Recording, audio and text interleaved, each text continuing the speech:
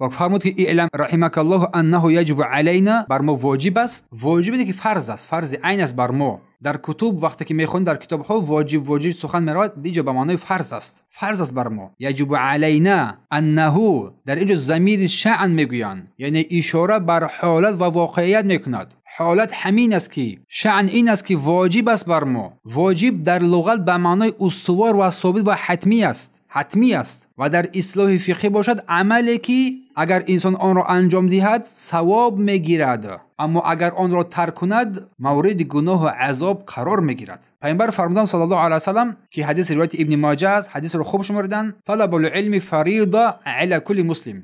طلب العلم فریضه علی کل مسلم. طلب علم فرض است بر هر مسلمان، یعنی آموختن آن علم هایی که انسان به آنها دینش را درست انجام دادن نمیتواند، به مثل عقیده، توحید، طهارت، نماز، روزه، حج. پس واجب حکم حتمی است که پرچم اطاعت را می افروزد و هر که این واجب را بردارد با خود بگیرد ثواب میگیرد و هر که آن را پرت یا ترک نماید در عذاب عقاب گرفتار می شود. پس این واجب دو قسمت دارد، دو نوع دارد. واجب یکون فرض عین که به هر فرد مسلمان، مرد زن، بالغ و عاقل واجب است، فرض است به هر شخص، تک تک هر انسان. اگر انسان آن را انجام ندهد در گناه گرفتار می شود. و مثل آموختن عقیده درست، آموختن احکام عبادت، طهارت، نماز، روزه، زکات و غیره، و مثل پوشیدن عورت، اخلاص در عبادت. پس در اینجا چگونه گفته مقصد از واجب این فرض عین است، همون فرض عینی که بر دوش ما واجب است. بارک الله فیکم. اما فرض کفایه باشد، چون در بالا ذکر کردیم، عمل است که اگر گروه از مسلمان آن را انجام میدن از سر دیگر کسا ساقط میشود. مثل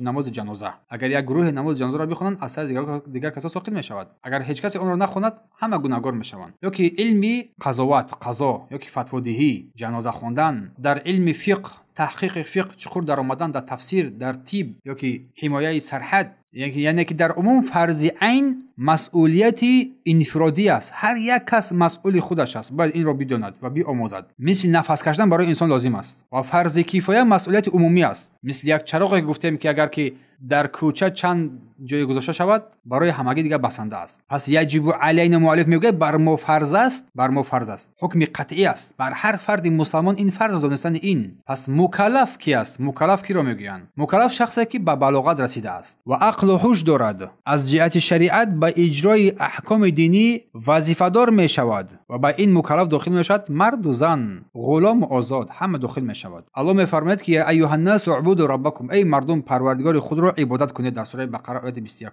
کلمه مردم یا ایها الناس، ناس مردم می شود، لفظ عمومی است. هر مسلمان و هر کافر رو فرا میگیرد. هر کسی بر هر کسی آموختن این فرض است. خطاب بر تمام انسانیت است، مرد و زن، غلام و آزاد، کافر و مؤمن، صاحب عقل و بالغ. آموختن این 4 مسئله، دانستن این 4 مسئله، کاملا این 4 مسئله را خوب از خود کردن. کلمه مسائل جمع مسئله است، از ریشه سوال گرفته است. این 4 سوال باید تو بدونی این را. پس مؤلف این را بر 4 مسئله محدود کرد. به خاطر چیست؟ یکم دلیل خبری، دلیل قرآنی که بر ما وحی الهی است، در سوره عصر ذکر میشه که پس آن ذکر می‌نماییم. دوم اجماع، اتفاق علما، مسلمانان اتفاق دارن، علما اتفاق نظر دارن که این 4 چیز واجب است بر هر مسلمان دانستن آن. یکم اول علم که در آن معرفت الله، معرفت پیامبر، معرفت دین اسلام با دلیل هاست. دوم عمل کردن با آن. سوم دعوت به سوی آن. و چهارم صبر در آن، در سختی ها. بارک الله فیکم.